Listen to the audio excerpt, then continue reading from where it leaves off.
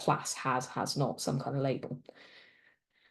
So coming back to decision trees and moving beyond them, despite the things we learned about and you tried out in the exercise to control overfitting of decision trees, they do still tend to have a bit of a tendency towards doing that.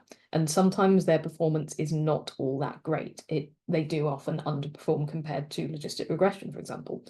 But there are several very powerful algorithms, as I said before, that use trees in a special way to create higher performing models to deal better with this unseen data problem. So for the rest of this morning session, we're going to look at random forests.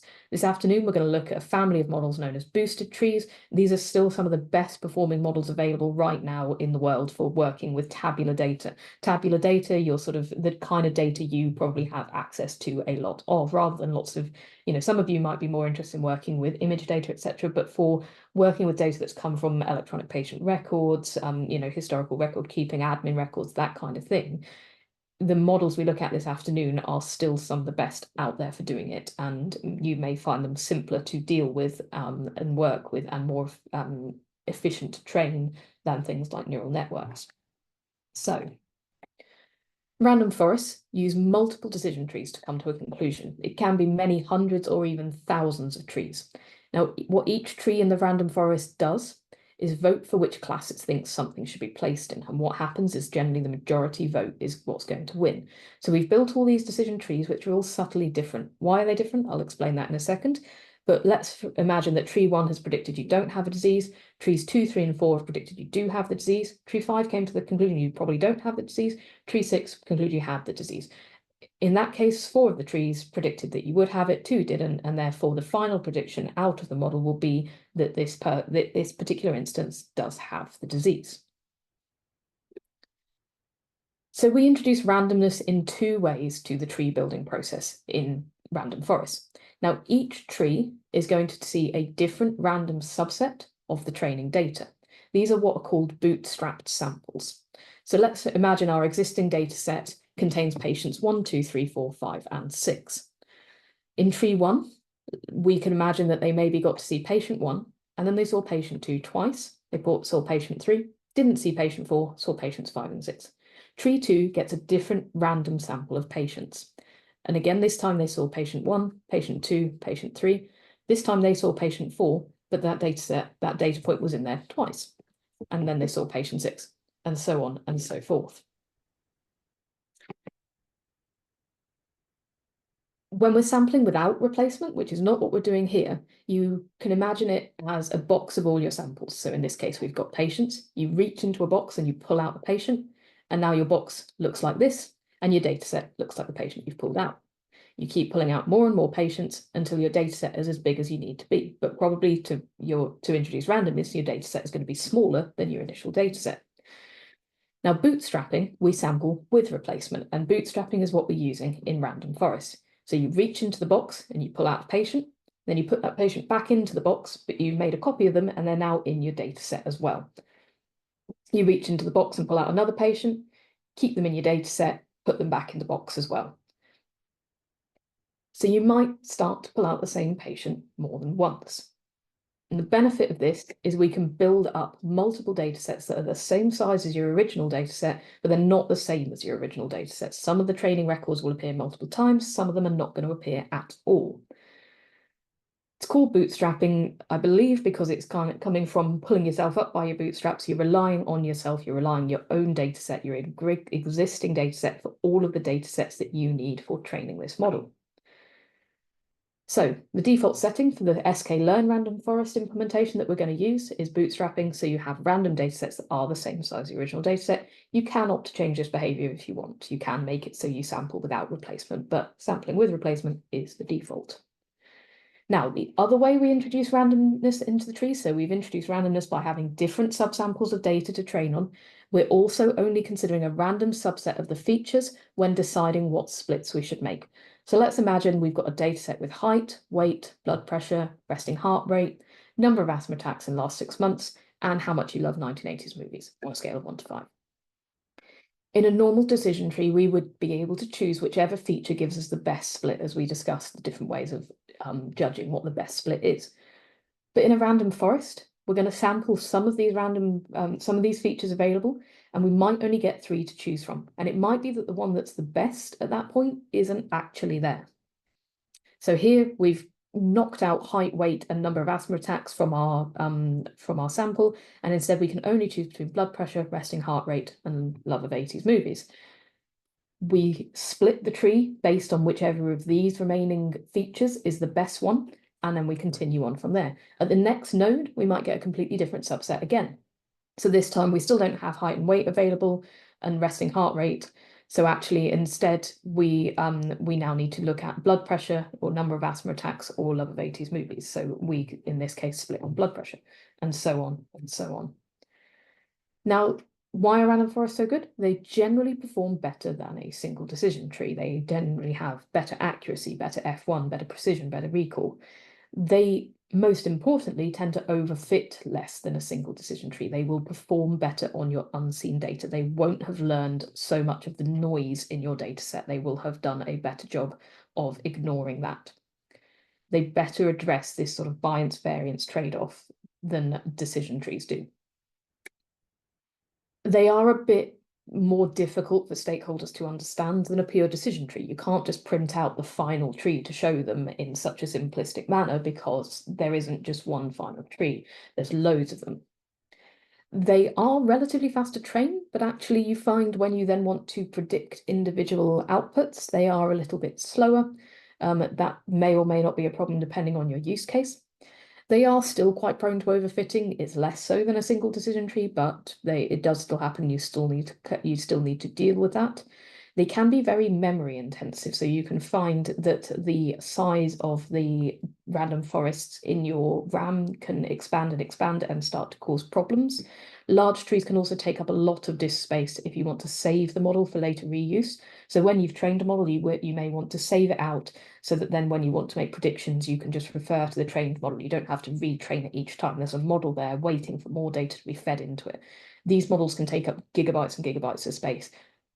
On your own machine, that might not be a problem. When you start needing to send things around or put it on some sort of shared space, that can cause issues. They're also not very good at extrapolating. So effectively, if you give it a new sample that's outside of the range of data it has already seen, linear regressions, neural networks, they will probably do a pretty good job of dealing with that sample and giving you a fairly sensible prediction, sort of roughly follows what was already seen. The random forests, they won't. They will not deal so well, and they will give you a prediction that is probably more likely to be at the upper or lower end of what was seen, but just matching and going on from there rather than actually giving what you would expect in terms of accounting for all the features and giving you what feel like a realistic prediction. So the code, well, you may not be all that surprised to hear that it's also a lot like using a decision tree. Features and inputs, training and test. We could again use k-fold validation here if we wanted to. We don't need to apply feature scaling like the standard decision trees. It doesn't matter that they're not all on a similar scale. We then create our random forest model instead of the logistic regression or the decision tree.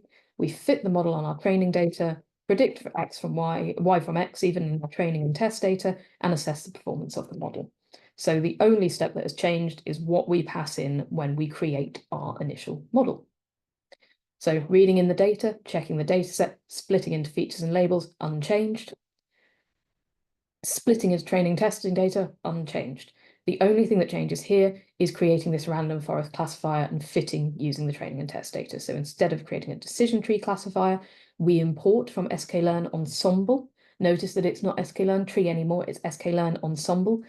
These are a family of methods where you're using effectively multiple models, multiple algorithms collaboratively, as we are with the multiple trees of random forests, to come up with a prediction.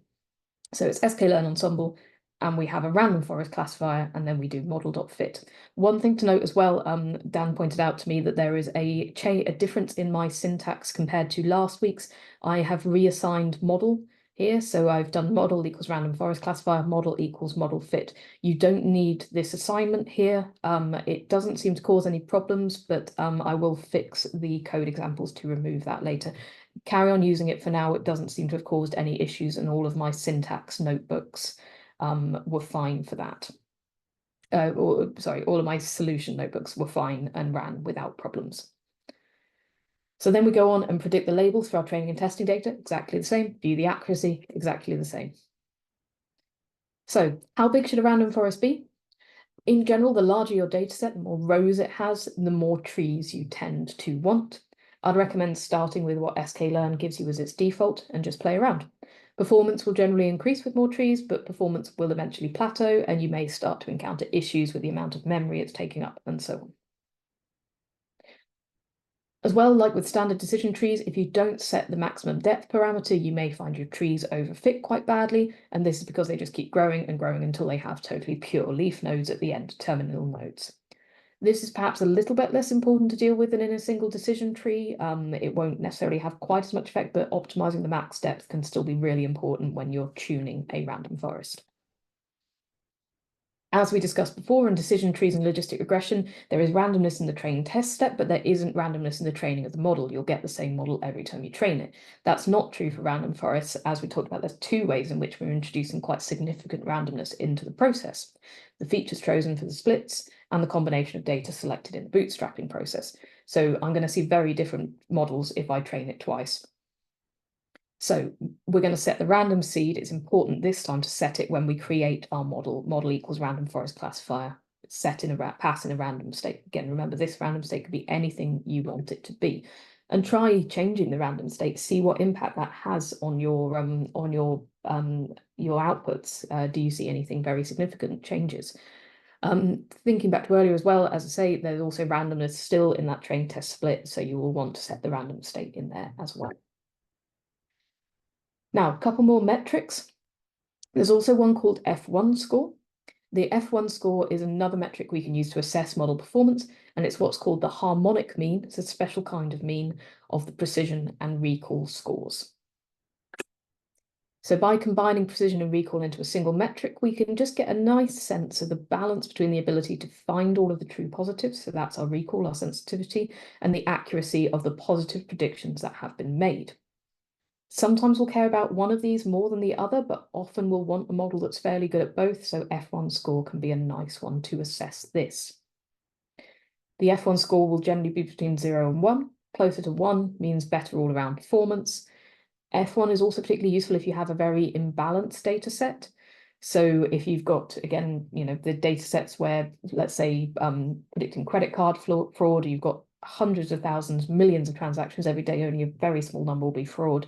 F1 score is going to deal a lot better with that kind of imbalanced data set than something like accuracy. So if you care about the positive cases, in this case, things like fraud, but that's rare in your data set, accuracy won't be a good metric. F1 will still cope well at giving you a good idea of how your model is performing on the elements you care about. Nice and simple to import, sklearn.metrics, import F1 score, and then we can do y-test, y-predictive test, and average equals whatever average we want to. So remember I mentioned these averages earlier and we use the micro average? Well, depending on what we pass in here, we will get slightly different outputs. If we set average to none, we calculate the F1 score, or our precision, or our recall, or our, any of the other ones that we were looking at earlier, calculate the F1 score for each class separately. So we get two numbers as our output, the F1 score for one class and the F1 score for the other class. Micro considers all the labels at once and considers the F1 score globally. So we get a different number that is often, for reasons I'm not going to go into, the same as your accuracy. Macro, sorry, the F1 score won't be the same as your accuracy, the precision or recall will be, as we saw in the exercise.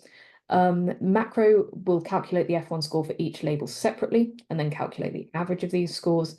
Weighted calculates the F1 score for each label separately, but weights them by the number of true instances that have a given label. So depending on the average you choose, you will get subtly different outputs. They are usually subtly different rather than orders of magnitude different, but it's worth knowing that they are there. Which one of these should you use?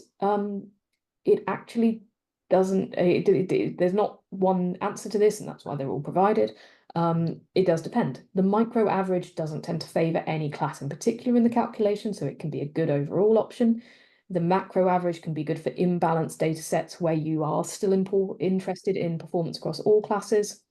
And the weighted average is better if you have imbalanced classes. Dan, you have your hand up. Sorry, I was just going to say I was just going to chip in with an initial thought, and I think my instinct would be to whatever one you end up using, sort of micro, macro, and my temptation would probably be to start with none because it may be useful to see what the precision level is on your different classes. That will give you some information as a modeler as to if you've got an imbalanced data set. Okay, yeah, I can see that it's great at picking these up, but it's terrible at picking these up, and that will give you some information then about how you might want to proceed. So and then you can kind of use a combined score to see how well you are capturing it, taking into account both of them.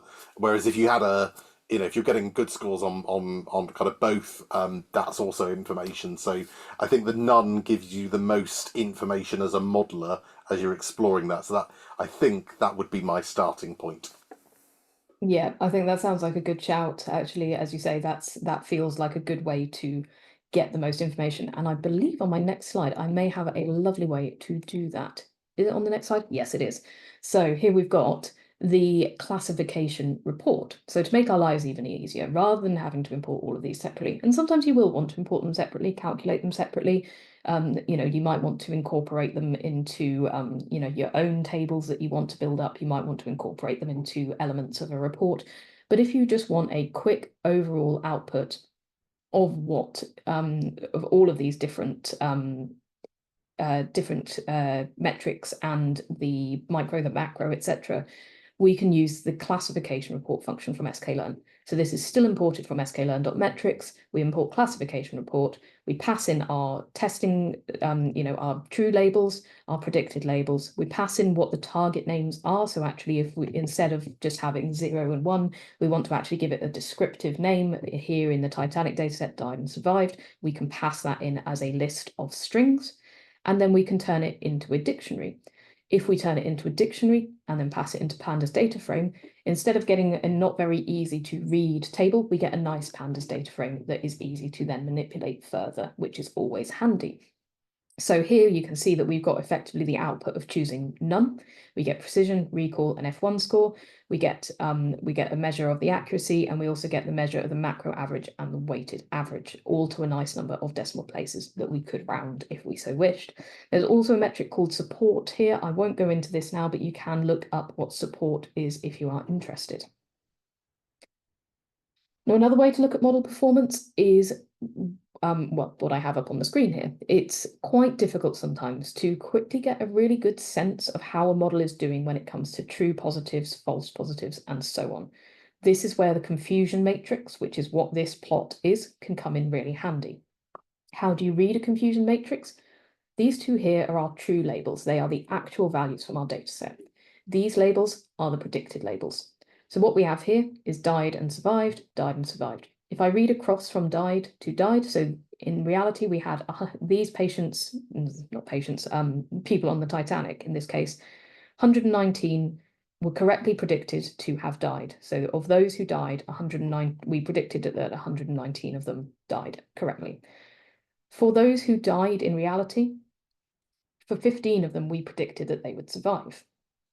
Now, if we read across the survived instead, so these were the people who actually survived, 39 of them we predicted died, and 50 of them we predicted correctly would survive. So up here, effectively, we have our true negatives and our true positives. Here we have our false negatives and our false positives. So our true negatives, we correctly predicted that they died, and we correctly predicted that. Our true positives, they survived, and we correctly predicted they survived. Our false negatives, they were the ones who survived, but we incorrectly predicted they died. Our false positives, they died, we incorrectly predicted they survived. I would also say, whenever you see a confusion matrix, always pay very close attention to the labels. There isn't necessarily a universal standard for which way round they will be. If someone has used sklearn's confusion matrix, they will generally come out this way round, but it's always worth just making sure you actually look across, read across the labels. These two could be the other way round. These two could be the other way round. So it won't necessarily always be read like this. Just take the time to actually read the confusion matrix and think about what it's telling you. So to create a confusion matrix like this, we need to import two things from sklearn metrics. We import the confusion matrix itself and a bit called confusion matrix display.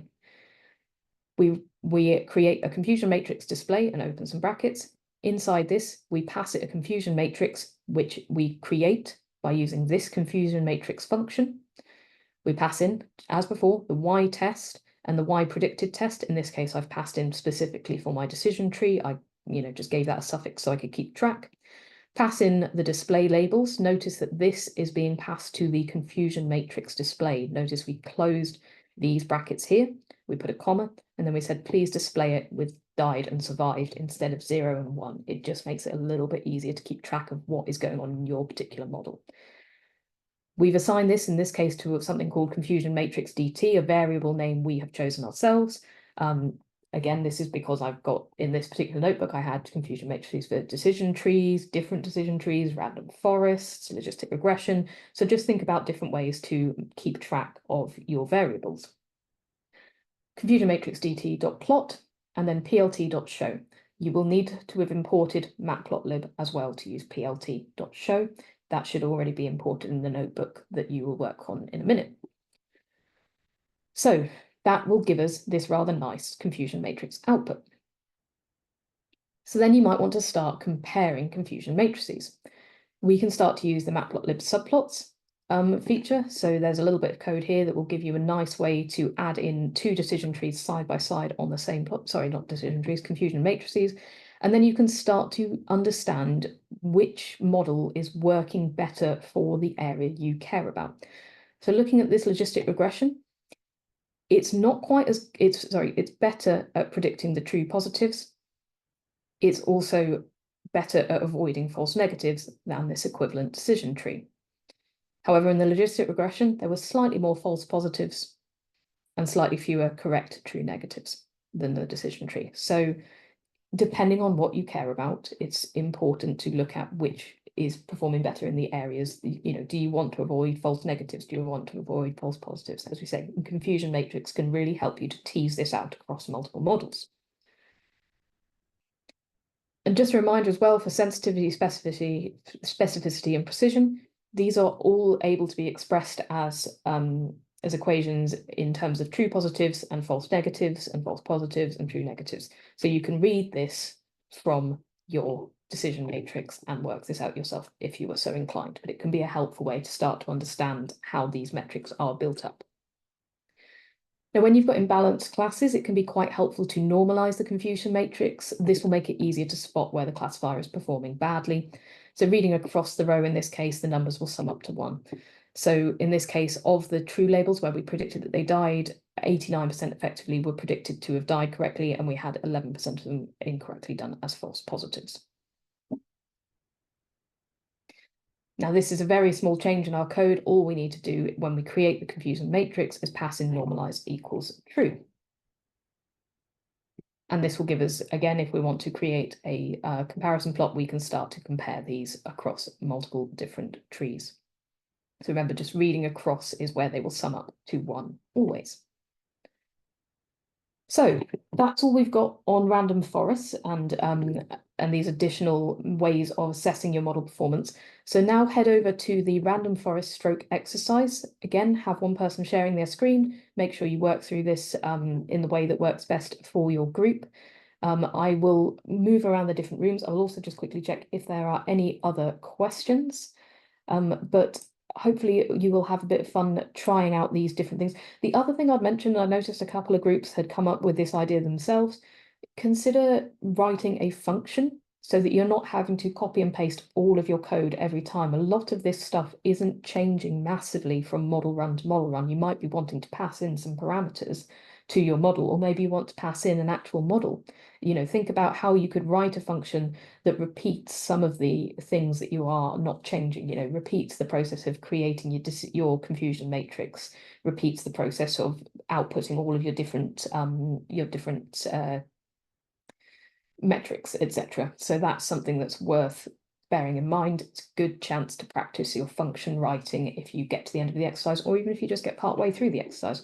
But have a play around with random forests. I can't see anything else immediately in the questions. Dan, have I missed anything that you are aware of?